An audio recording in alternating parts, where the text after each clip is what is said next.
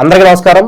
ప్రస్తుతం మనతో పాటు ప్రముఖ ఆధ్యాత్మికవేత్త, astrologer, professor Brahmasri doctor Mullapudi Satyanarayanamurthy garu ఉన్నారు. సో గురుగారితో మాట్లాడతాం. నమస్కారం గురుగారు. నమస్కారం మణికంఠ గారు. గురుగారు, సెప్టెంబర్ మాసం విశేషంగా వృషభ రాశి వాళ్ళకి ఎలా కలిసి రాబోతుంది? పాజిటివ్ ఉంటుందంటారా, నెగిటివ్ ఉంటుందంటారా? చంద్రగ్రహణం తాలూకు ఇంపాక్ట్ ఎలా ఉంటుంది? ఓవరాల్గా ఎలాంటి జాగ్రత్తలు తీసుకోవాలి? చంద్రగ్రహణం తర్వాత వృద్ధి చెందేటటువంటి రాశి వృషభ రాశి.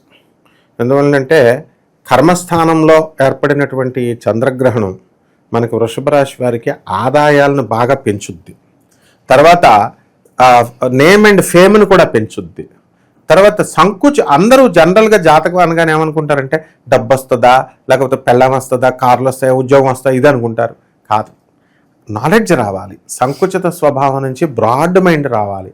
అప్పుడే మనము ఆలోచించగలుగుతాం, క్షేమంగా ఉండగలుగుతాం. అటువంటి సంకుచితమైనటువంటి బ్రెయిన్ని పోగొట్టి విశాలమైన జ్ఞానాన్ని గురుడు ఈ నెలలో ఇప్పిస్తాడు మన వాళ్ళందరికీ కూడా వృషభ రాశి. అలాగే వృషభ రాశి వారికి బంధుమిత్రులు, విందు వినోద కార్యక్రమాలతో తీర్థయాత్రలు తిరుగుతారు, విహారయాత్రలు తిరుగుతారు. రాజకీయ నాయకులు ఎవరైతే ఉన్నారో అటువంటి వాళ్ళకి అందరికీ కూడా యోగాలు వస్తాయి, పదవులు వస్తాయి. అండ్ ఎవరికైతే మరి సినిమా యాక్టర్లు ఉన్నారో అటువంటి వాళ్ళంతా కూడా మంచి సినిమాలు హిట్ అవుతాయి. కొత్త కొత్త మ్యూజిక్ డైరెక్టర్లందరికీ కూడా వాళ్ళు ఛాన్సెస్ వస్తాయి. టెక్నికల్ స్టాఫ్ అందరూ కూడా, ప్రొడక్షన్ వింగ్ అంతా కూడా బాగా డెవలప్ అవుతుంది వృషభ రాశికి ప్రత్యేకించి. అయితే వృషభ రాశి వారికి ఎప్పుడు కూడా ఒక గండం ఉంటుంది. ఆ గండం ఏంటంటే స్త్రీ గండం అనమాట. ఎట్టి పరిస్థితుల్లో వృషభ రాశి వాళ్ళు ఆడవాళ్ళని చూస్తే పారిపోవాలి, చాలా జాగ్రత్తగా ఉండాలి. అంటే వాళ్ళ మీద నిందలైనా పడిపోతాయి అనమాట, మామూలుగా మాట్లాడినా. లేదా ఫోన్ మాట్లాడతారండి, గంటలు మాట్లాడతారు. ఒక 8 సంవత్సరాలు 10 సంవత్సరాలు మాట్లాడతారు. మాట్లాడిన తర్వాత వాళ్ళు నీ వాల్యూ తెలుసుకోరు. ఇంకెందుకు వేస్ట్, టైం వేస్ట్ కదా. ఆ విధంగా ఈ స్త్రీల వలన అనేకమైనటువంటి తలనొప్పులు ఈ వృషభ రాశి వారికి వస్తాయి తప్ప ఈ భాద్రపద మాసంలో, అందులో చంద్రగ్రహణంలో, మిగతా అన్ని విషయాల్లో టాప్. వ్యాపారాలు తీసుకుంటే కిరాణా వ్యాపారాలు, లివింగ్ ఇన్ రిలేషన్స్, హాస్టల్స్ పెట్టారు. అసలు హాస్టల్స్ బిజినెస్ తిరిగి లేకుండా అయిపోద్దని ఎవరు ఊహించలేదు. అండ్ యూత్ స్పోర్ట్స్లో వీటిల్లో మంచి ఇదిగా ఆ బిజినెస్లు, క్రికెట్ మ్యాచ్లు, ఇలాంటివన్నీ కూడా ట్రైనింగ్ ఇచ్చేటటువంటి సెంటర్స్, గోపీచంద్ గారు లాగా ఇలా టెన్నిస్ కోర్ట్స్ బిజినెస్లు. ఆ తర్వాత ఈ యొక్క రైల్వే కాంట్రాక్టర్స్ వీళ్ళందరూ కూడా, అలాగే R&B కాంట్రాక్టర్స్ వీళ్ళందరూ కూడా ఎంతో వృద్ధిలోకి వస్తారు. అలాగే గవర్నమెంట్ డిపార్ట్మెంట్స్ అయినటువంటి రెవెన్యూ, పోలీస్ డిపార్ట్మెంటు, ఆ తర్వాత commercial tax, income tax, postal డిపార్ట్మెంట్లో జాబులు లేవంటారు. పోస్టల్ డిపార్ట్మెంట్ వాళ్ళు కూడా ప్రమోషన్స్ వస్తాయి. ఆ విధంగా వృషభ రాశి వాళ్ళు లూప్ లైన్లో పడేసినా సరే మళ్ళీ వాళ్ళు మెయిన్ స్ట్రీమ్లోకి వచ్చేస్తారు. కాబట్టి ఇప్పుడు ప్రభుత్వంలో కూడా ఎక్కువగా సబ్సిడీలు ఇవన్నీ కూడా వృషభ రాశి వాళ్ళకి రావడమే జరుగుతుందన్నమాట.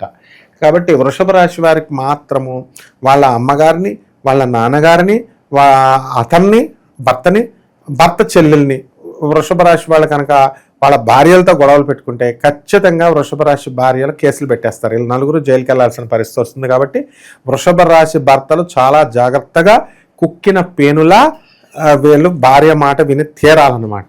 ఆ విధంగా కనుక ఉంటే వాళ్ళు ఈ గండం నుంచి తట్టుకుంటారు. ఆ విధంగా ఈ యొక్క వృషభ రాశి వారి విద్యార్థులు కూడా చదువులో బ్రహ్మాండంగా ముందుకెళ్ళిపోతారు, మార్కులు వస్తాయి. అయితే నిద్ర, అలసట, ఈ సాఫ్ట్వేర్ ఉద్యోగస్తులు వీళ్ళందరూ కూడా తొడ మీద ల్యాప్టాప్లు పెట్టి ఉద్యోగాలు చేశారు. అక్కడ ఉన్నటువంటి దాని వేడి వల్ల ఆ వీన్స్ అన్నీ కూడా సంకుచితం, కాంట్రాక్ట్ అయిపోయి నపుంసకలుగా అయిపోయారు చాలామంది. నేను చూస్తున్నాను ఇప్పుడు మా స్టూడెంట్స్లోనే. సో నా పేషెంట్స్ వాళ్ళు ఇంపార్టెన్సీ వచ్చేసింది. కాబట్టి ఈ రకంగా వీళ్ళకి స్పెర్మ్ కౌంట్ డౌన్ అయిపోతుంది. రేడియేషన్స్ ఇవన్నీ కూడా, ఇలాంటి వ్యాధులు రావడానికి, ముఖ్యంగా లైంగిక వ్యాధులు రావడానికి మన ఈ యొక్క వృషభ రాశి వాళ్ళకి అవకాశాలు ఉన్నాయి. కానీ మిగతా విషయాల్లో మాత్రం సూపర్బ్ అనమాట.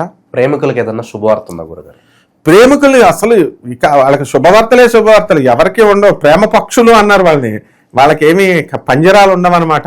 పోలీసులు ఫ్రీగా పెళ్లి చేసుకోండి అన్నారు, కోర్టులు కూడా ఫ్రీగా పెళ్లి చేసుకోండి అన్నారు. ఇదివరకు ప్రేమికులకి డెఫినేషన్ మారిపోయింది. ఇదివరకు ప్రేమికులు అంటే మొగుడు పెళ్లి కాని యువకులు, చిన్న సైజు. ఇప్పుడు పాత సినిమాల్లో చూడు, ఎన్టీ రామారావు గారు ఆయనకి 60 సంవత్సరాలు వచ్చినా కూడా హీరోయిన్ చిన్న లేత పిల్లల్ని పెట్టేవారు. అంటే హీరోలు శోభన్ బాబు గారు వీళ్ళంతా కూడా 50లు 70లు వచ్చినా కూడా వాళ్ళే హీరోలు. ఆ విధంగా ఇప్పుడు ఉన్నటువంటి ప్రేమకి డెఫినేషన్ ఏంటంటే ఇప్పుడు ఆ కాలంలో ఎన్టీ రామారావు గారు వాళ్ళు యాక్ట్ చేసినవి ఇప్పుడు వచ్చేసినాయి. అంటే లేత పిల్లలు ఇప్పుడు ప్రేమికులు కాదు నాయన. ఇప్పుడు ప్రేమికుల డెఫినేషన్ బ్రాడ్గా అయిపోయింది. బ్రాడ్ అవుట్లుక్తో పాటు వివాహేతర సంబంధాలు ఇవన్నీ కూడా సుప్రీంకోర్టులో పర్మిషన్ ఇచ్చేసినాయి అని చెప్పేసి ఎవరూ పట్టించుకోవట్లేదు, ఎవరో ఇచ్చేట్లా. కాబట్టి ప్రేమికులందరూ కూడా విహారయాత్రలు, ఎలూప్మెంట్లు, లేచిపోవడాలు, వివాహాలు ఇవన్నీ కూడా వృషభ రాశికి ఇంకా అడ్డే లేదనమాట. వాళ్ళు ఎవరైతే వివాహాలు చేసుకోవాలనుకుంటున్నారో కళ్యాణ మండపాలు ఖాళీలు ఉండవు నాయన. సో స్థిరాస్తులు కూడా కొనుగోలు చేయొచ్చు అంటారా? స్థిరాస్తులు వృషభ రాశి వాళ్ళు ఎక్కడ కొంటారు? వాళ్ళు వాళ్ళ ఎంతసేపు ఎద్దులు పాపం యజమానులకు కష్టపడతారు, చేసి చేసి చేసి సంస్థలని నిజాయితీ ఉంటుంది, వీళ్ళ కోపం ఎక్కువైనా వాళ్ళు ఇచ్చేస్తారు. మరి మరీ అడుక్కోకుండా ఉండలేరు కదా, అడుక్కుంటూ ఉండలేరు కదా.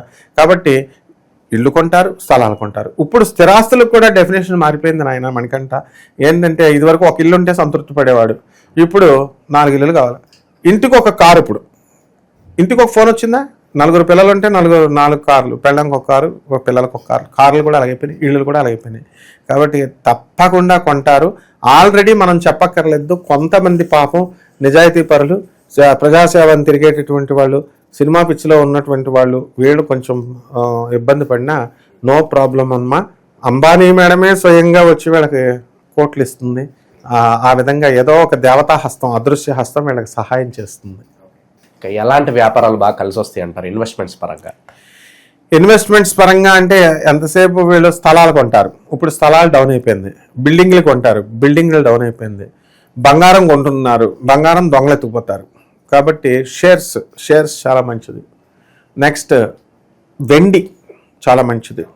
ఆయిల్, ఫ్యాట్స్ ఇలాంటి బిజినెస్లు, ఫుడ్ ఇండస్ట్రీ అసలు మామూలుగా రేంజ్కి వచ్చేసారనుకుంటున్నావా? షేర్స్ కంపెనీస్లో ఉన్నటువంటి మ్యూచువల్ ఫండ్స్ షేర్స్ 60 రూపాయలు కొన్నది 6 లక్షలు అయిపోయింది నాయన ఒక్క షేరు. ఆ విధంగా ఎదిగిపోయారన్నమాట. కాబట్టి ఈ షేర్స్లో బిజినెస్ బాగుంటుంది. అండ్ ఇంకా మిగతా వాళ్ళు స్థలాలు, బిల్డింగ్లు కొంటానన్న వాళ్ళు కొనొచ్చు. Textile industry, exports and imports బిజినెస్లు, ఆ తర్వాత ఫార్మా కంపెనీ రిలేటెడ్ సంబంధించి విదేశాలతో డీలింగ్స్, ఇవన్నీ కూడా జెమ్స్, కాస్మెటిక్స్ ఇలాంటి బిజినెస్ల్లో మంచిగా రాణిస్తారు. స్థానచలనం కలిసి వస్తుందంటారా? స్థానచలనం వృషభ రాశి వారికి వాళ్ళ కోరుకున్న చోటకు వచ్చేస్తుంది. అందువలన భార్యాభర్తలు చాలామంది విడిగా ఉన్నటువంటి వాళ్ళంతా కూడా వాళ్ళు ఒకే చోటకు వచ్చేయడం జరుగుతుంది. అలాగే ఇళ్ళు కూడా మారుతారు. వృషభ రాశి వాళ్ళకి అందరికీ కూడా ట్రాన్స్ఫర్స్ తో పాటు ప్రమోషన్స్ కూడా వస్తాయి. స్థానచలనం ప్రమోషన్స్ వల్ల కూడా వీళ్ళకి జాబ్ ఉన్నతి వస్తుంది, దాని నుంచి వచ్చేస్తుంది. ఓకే, ఇంకా మంచి ఫలితాలు ఇలాగే వీళ్ళకి కంటిన్యూ అవ్వాలంటే ఎలాంటి పరిహారాలు చేసుకోవాలి గురుగారు? ఇప్పుడు నేను చెప్పినవన్నీ కూడా గోచార రీత్యా. గోచార రీత్యా అంటే ఎండాకాలంలో ఎండలు బాగా వస్తాయి అంటాం. ఎండలు అంటే వర్షాలు రావనా, అప్పుడప్పుడు వర్షాలు వస్తాయి 2-3 రోజులు. ఆ విధంగా ఓవరాల్గా వృషభ రాశి పరిగెడుతుందన్నమాట. అయితే వాళ్ళ వ్యక్తిగత జాతకాలను బట్టి మారుతూ ఉంటాయి ఫలితాలు. ఆ వ్యక్తిగత జాతకాలలో వీళ్ళు ఇల్లు కొంటారా, కొనరా, లేకపోతే ఉద్యోగం వస్తుందా రాదా, డిగ్రీలు బ్యాక్లాగ్స్ ఉండిపోవా, లేకపోతే ఈ భార్యాభర్తల మధ్య కొట్లాట్లు ఫుల్ స్టాప్కి వస్తుందా, వేసినటువంటి కోర్టుల కేసుల్లో గెలుస్తారా, ఎవరు గెలుస్తారు, ఇలా జీవితంలో ప్రతి సంఘటన కూడా చిన్నప్పటి నుంచి మరణించేంత వరకు ఇవన్నీ కూడా మనం చెప్పొచ్చు. దీన్ని పరిశీలించాలంటే వ్యక్తిగత జాతకం అవసరం అన్నమాట.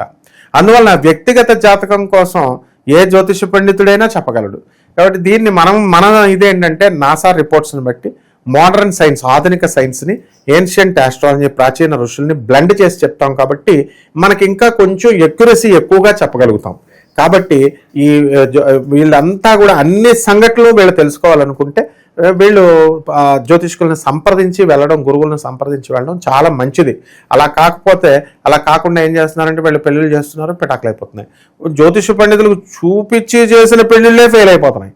ఇంకా మనం చూపించకుండా చేసేస్తే గిగ్గుల్ అని చెప్పేసి వాళ్ళు మ్యాచింగ్ అని చెప్పేసుకొని బయట వాళ్ళు అలా చెప్పించుకుంటుంటే వాళ్ళు ఏమవుతుందంటే కొంచెం తొందరగా విడాకులు అయిపోతున్నాయి సంవత్సరం లోపలే.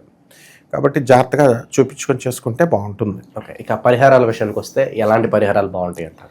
పరిహారాలు వృషభ రాశి వాళ్ళకి ఎప్పుడు కూడా మంచిగా దేవీ ఆరాధన బ్రహ్మాండంగా ఉంటుంది.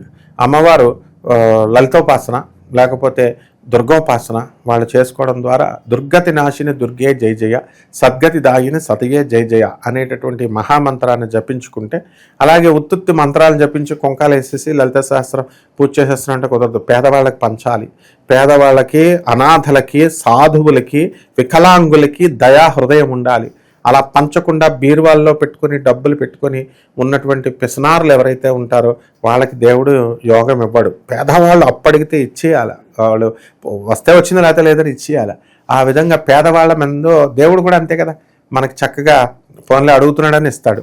మనం ఎందుకు ఇడికి ఇవ్వాలి అనుకుని బీరువాల తాళాలు పెట్టుకొని పిసనారులాగా ఉంటున్నాడా? కాదు కదా. అందువలన ఈ యొక్క వృషభ రాశి వారికి అందరికీ కూడా చాలా డిప్రెషన్గా ఉంటుందన్నమాట. అర్ధాష్టమ కేతు నడుస్తున్నాడు కాబట్టి కేతు జపం చేసుకోవాలా, కేతు స్తోత్రాలు చదవాలా. కేతువుకి కిలో ఉలవల్ని ఆవుపేట రంగు కానీ లేదా అన్ని మల్టీ కలర్డ్ ఉన్నటువంటి వస్త్రాలను ఇచ్చి పేద బ్రాహ్మణులకి సోమవారం నాడు ఉదయం 7 గంటలకి దానం చేసుకోవాలా. ఈ విధంగా కనుక చేసుకుని ధూమావతి అమ్మవారి యొక్క మంత్ర సాధన అనుష్ఠానం చేసుకున్నట్లయితే సరిపోతుంది.